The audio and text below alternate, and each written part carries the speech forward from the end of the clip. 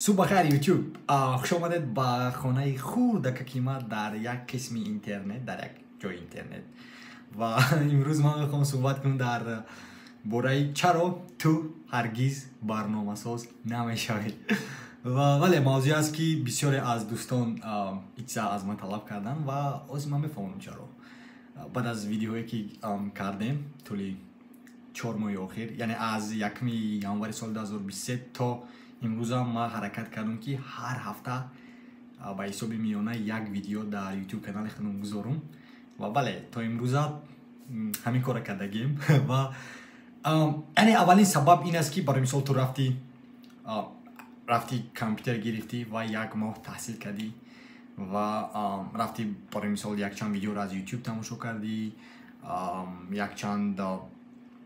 کتاب ها را خوندی و بله یگان چی نشیده گیرم یک ماه ده و بعد گفتی که هی ما برنامه ساز نمیشم و پرتافتی یعنی تحصیل تا و رفتی از دنبال دیگه کار بود رفتی یا شاید که رفتی ساختمان کار کردی یا شاید که رفتی دستک کار کردی یا شاید که تمام دیگه تحصیل نکردی برنامه نویسی را و از خاطر نبرو که این راهی دراز است.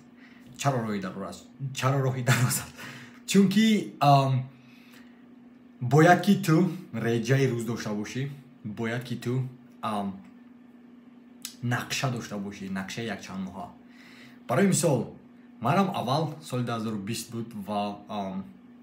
تحصیل نمیخواستم تحصیل کردن یعنی برنامه نویسی را. 2 ماه رفته بودم کورس ها گرفته بودم، برای مثال کورس های پایتون، کورس های iOS development و دوبار کشیدم و یارو با همه دیگر نکشیدم چون که بله شبکه‌های اجتماعی پرابلم اساسی بودند و هستند این زمان برای همه را و اولین کاری که تو باید کنی این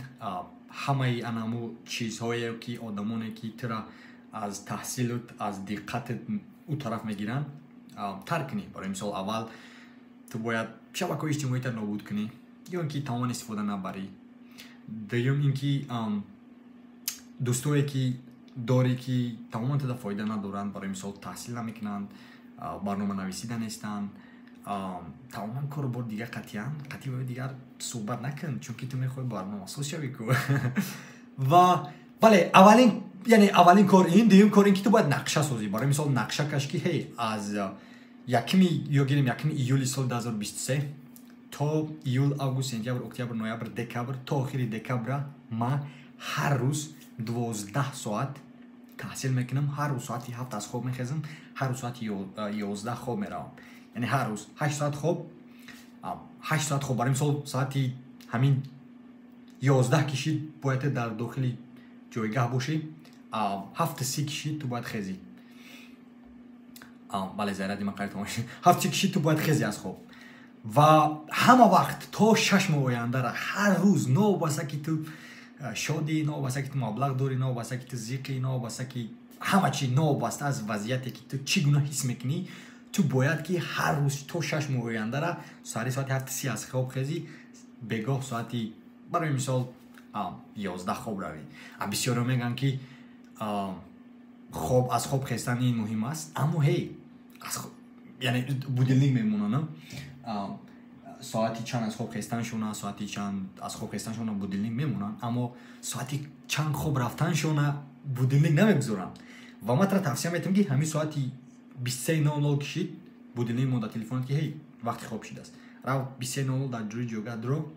و 23:30 اگر خواب برای 7:30 میخیزی البته 8 ساعتی رو نمیشود که تو خواب بدی. خواب تا گرفتی اگر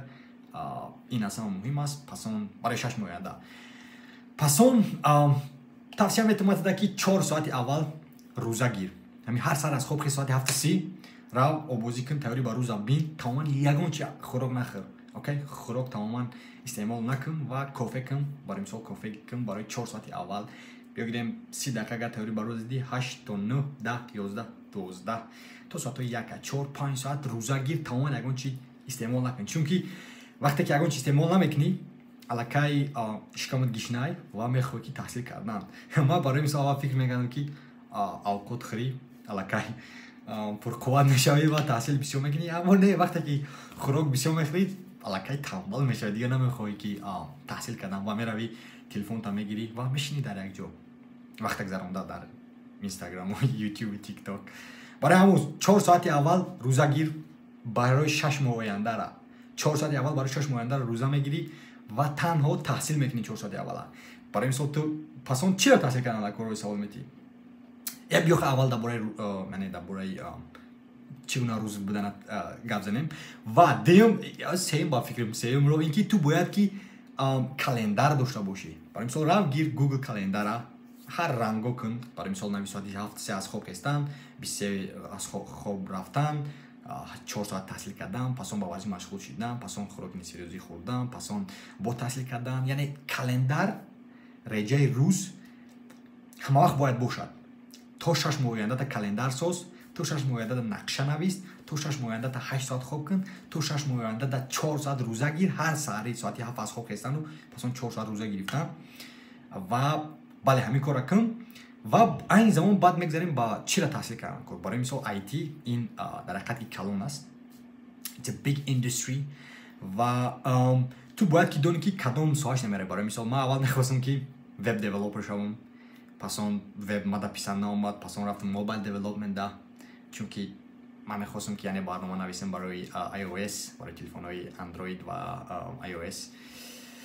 اما وایم پیسان آمد و سال 2023 ما آغاز کردم در برای نتورک انجینیر. برای مثال در برای سرورها نتورک ها هکینگ برای مثال این گونه چیز اومد پیسان آمد و این زمان باید آموخته استم و تو باید دونی که کدامش تو پیسند است. بله آیتی را همه چیز دونستن بهتر است اما یک تکنولوژی را قبل برای مثال پایتون باشد پایتون گیر سویفت باشد سویفت گیر وب دیولپمنت باشد وب دیولپمنت گیر. یک ساحه شگیرو 6 ماه تحصیل کن فقط هوایا هر سرخیز در بالای همون چیز کار کن. برای مثال نپر یک روز یا که یک هفته در پایتون آموختن روی 4 تا یوتیوب ویدیو را تماشا کنی و با همون یگون چی نکنی. برای مثال ویدیو را تماشا کردی وقتی تماشا کردی الکی عمل کن به عمل یگون چی نمی‌آموزی. و من توصیه می‌کنم که دفتر گیر در دفتر برای مثال همین حرکتی که میکنی با وقتی تحصیل میکردم هر یک کدوم مینویسم چون که وقتی که مینویسی الکی در کلاس میموند و ما برای مثال آدمی هستم که نوشتن حتمیه برای من یعنی من حتما باید نویسم میشه تا که دویدم گذارم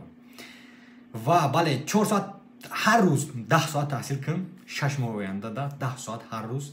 8 ساعت خواب 10 ساعت تحصیل شبکه اجتماعی را کاملا استفاده نبر. اگر استفاده هم بودی 1 ساعت استفاده بر یا که 40 دقیقه استفاده بر و پسان بین که چگونه عوض می شود همین چیز 6 ماه. برای مثال 1 ماه 2 ماه 3 ماه نه یگان نویگری نمی شود. همه این کارا تو باید که برای مدتی دراز کنی. بسیاری ها میگن که این برای من نیست برای تو نباشد 6 ماه برای همین چیز تا آخر حرکت کنم 6 ماه تا وقت 6 ماه تا بین که اگر که همین چیز یگان نتیجه نداد دیگر برای مثال تکرار نکن دیگر ادامه نده.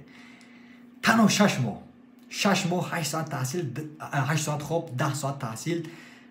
برای مثال در هفته 3 بار با ورزش مشغول شدن هر روز همین کارا نکنیم. خیلی به یگان روز شنبه یک شنبه هم باشد هر روز نوبسته که تو چگونه حس داری چه زیقی خرسندی مبلغ داری مبلغ نداری شکمت سیره گوسنه نوبسته هست همه چی. برای مثال باد هوا بزه بس باران است برف است بیرون تو باید 6 ماه آینده هر روز ساعتی 7 از خواب خیزی هر روز ساعتی 23 خواب روی هر روز 10 ساعت تحصیل کنی هر روز برای مثال در هفته 3 بار با ورزش مشغول شوی و همین کار کنی. بعد از 6 ماه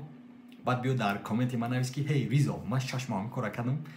تحصیل نکردم یگانش موفق نشدم یگان جای کار نگرفتم من یگان شرکت جای کار نداد و بعد پس اون صحبت نکنیم اما تو اولی کار باید کنیم. بله یعنی این از توصیه من برای آدمانی که میخوان برنامه سازی و من در این گونه ویدیو پسند است چون که مردم وقتی این گونه ویدیو را میکنن یگان جوشن قیچی نمیکنن و یعنی این سخن ها از تجربه و یا از تجربه زندگی و یا از تجربه تحصیل و یا از تجربه ویوست و بله من در این گونه ویدیو ساز ها پسند است که کامرا هم که گیرون میکنن و صحبت میکنن در برای موضوعی که و یا میخوان صحبت کردن. تشکر که این ویدیو را تماشا کردید و با همه موفقیت در تحصیلتون و бале умедворам ки таҳсил мекунед, таҳсил кардан ҳар рӯз 10 соат 6 моҳ оянда ба ҳама муваффақият. Бай.